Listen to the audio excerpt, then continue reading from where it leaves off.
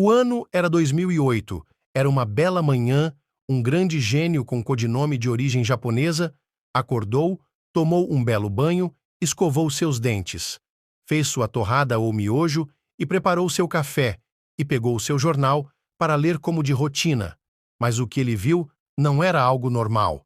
Era o início do fim.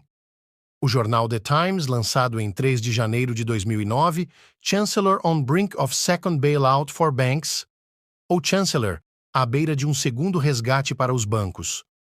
Após isso, ele deduziu o que todos aqueles com mais de 150 de QI conseguiriam notar: o sistema do mundo estava perdido. E foi aí que começou. A ideia foi posta em ação. Ela não poderia ser apenas em fórum de internet, sendo debatida e elogiada por nerds e marxistas. Não. Chegou a hora de um novo sistema financeiro ser criado.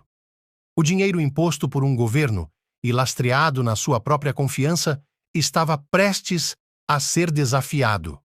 Não poderia haver um freio melhor contra o abuso da moeda pelo governo do que as pessoas serem livres para recusar qualquer moeda que desconfiasse e preferir uma moeda na qual confiem. Já dizia Friedrich Hayek. Então começou a jornada. Satoshi se encheu de conteúdo sobre libertarianismo e escola de economia austríaca, criptografia, e comprou mais miojo e assistiu o máximo de conteúdo sobre programação que ele conseguiu. Nasceu o Bitcoin. I'm not fucking leaving! Por mais incrível que Satoshi fosse, é genial em muitas questões ao ponto de ficar em anonimato até hoje. Não conseguirei dar a devida proporção de tão complexa essa ideia era. Outros grandes nomes já haviam elaborado projetos similares, mas que não foram perfeitos. O software do Bitcoin havia sido lançado, mas existiam alguns erros iniciais que precisavam ser melhorados. Ainda havia uma pedra gigantesca no caminho: a criptografia. Nos primórdios, quando tudo era mato, um grande e maravilhoso homem se juntou a Nakamoto Satoshi. Ralph Finney, esse que é outro gênio, especialista em adivinha? Isso mesmo, criptografia. Diversos elementos criptográficos se entrelaçam para formar a espinha dorsal do Bitcoin, tornando-o resistente a ataques e fraudes, possibilitando a sua operação sem a necessidade de uma autoridade central. Cada transação é assinada digitalmente com a chave privada do remetente, verificando a autenticidade da transação e impedindo a duplicação ou falsificação. Sem a prevenção de duplicação, um indivíduo mal intencionado poderia gastar a mesma quantia de Bitcoin 2 vezes, gastando a mesma moeda em 2 transações diferentes. Isso comprometeria a confiança na moeda e levaria à hiperinflação, pois haveria mais bitcoins em circulação do que o previsto. Ao impedir a duplicação, o Bitcoin torna-se menos atrativo para atividades ilegais, contribuindo para a segurança e a integridade do sistema financeiro. Hal Finney forneceu feedback crucial para Satoshi durante o desenvolvimento inicial do Bitcoin, sugerindo melhorias no código e na segurança da rede. Ele escreveu artigos, deu palestras e participou de fóruns online, contribuindo significativamente para a popularização do Bitcoin e para a construção de uma comunidade em torno da criptomoeda.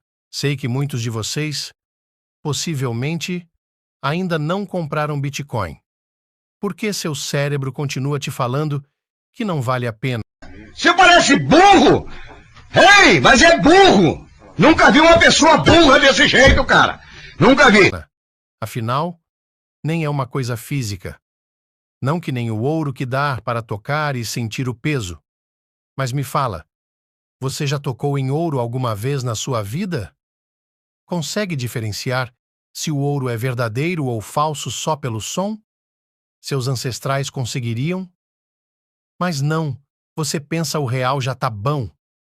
Não precisa nem ser ouro. O dinheiro que meus políticos me dão é de verdade. Eu consigo tocar. Não sei que cisma é essa que você tem em tocar e sentir. Mas tudo bem. A maioria do povo venezuelano pensava assim: hoje vale mais a pena usar o dinheiro para limpar a bunda do que usar para comprar papel higiênico. Porém, ficar com esse vídeo, um vídeo que eu também gostaria de ter assistido sobre Bitcoin. Bitcoin é mais dinheiro que qualquer papel Fiat. Para quem é mais velho, a famosa geração X acompanhou o nascimento da internet, viu ela chegando como discada, via rádio e depois fibra óptica. Em paralelo, acompanhou todos os avanços de comunicação que ela trouxe. Seu pai possivelmente conquistou sua mãe enviando cartas e bombons para ela. Hoje você procura sua futura esposa no Tinder.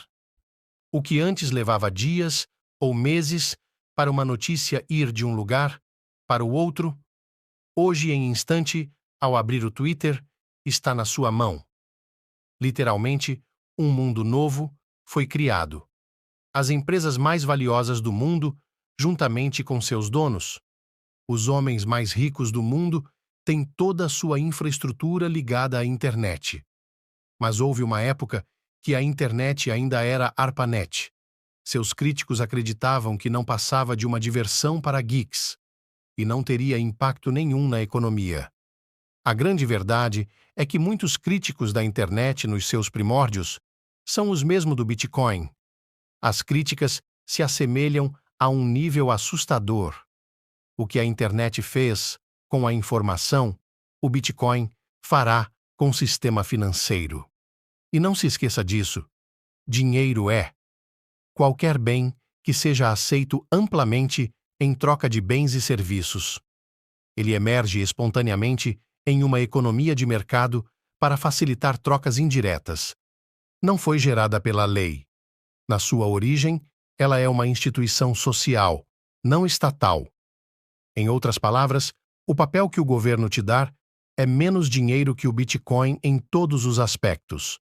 E isso nos leva ao segundo ponto, que é onde a maioria das pessoas que estão conhecendo o Bitcoin ficam perdidas, que é a volatilidade do mercado. Até o grande Michael Saylor, atualmente uma das figuras famosas do Bitcoin, nem sempre foi assim. Saylor, em um tweet postado em 2013, após uma queda do Bitcoin, dizia que os dias do Bitcoin estavam contados e que ele teria o mesmo destino dos jogos de azar. Afinal, desde que ele começou a entender o Bitcoin, ele se tornou um ativista ferrenho em favor da moeda e ficou conhecido por adotar estratégias agressivas para adquirir Bitcoin. O Bitcoin tende a ser muito mais volátil do que o mercado de ações.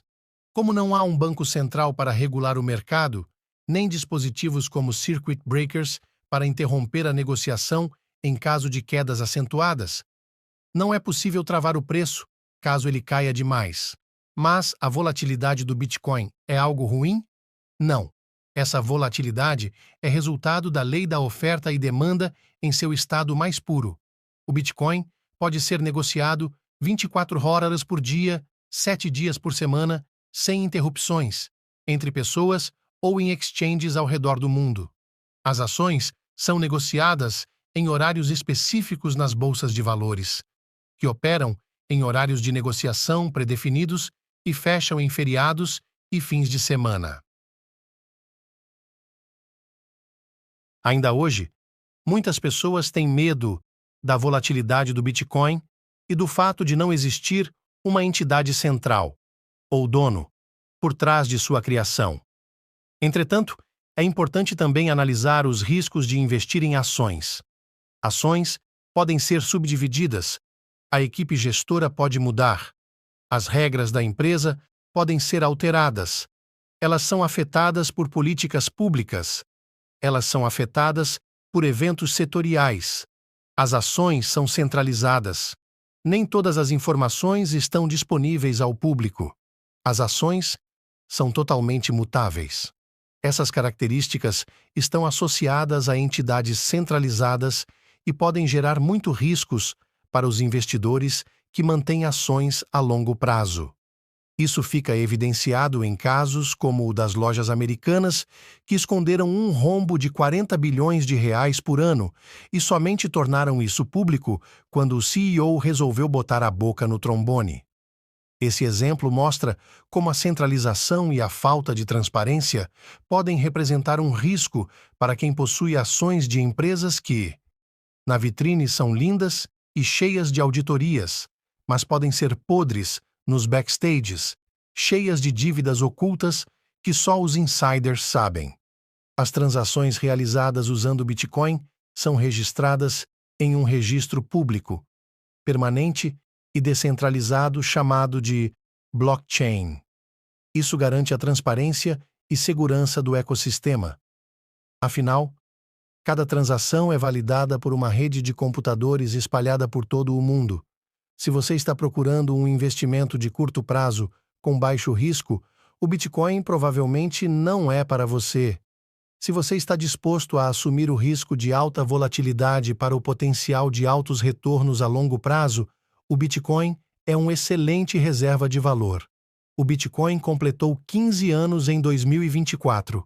O white paper do Bitcoin foi publicado por Satoshi Nakamoto em 31 de outubro de 2008.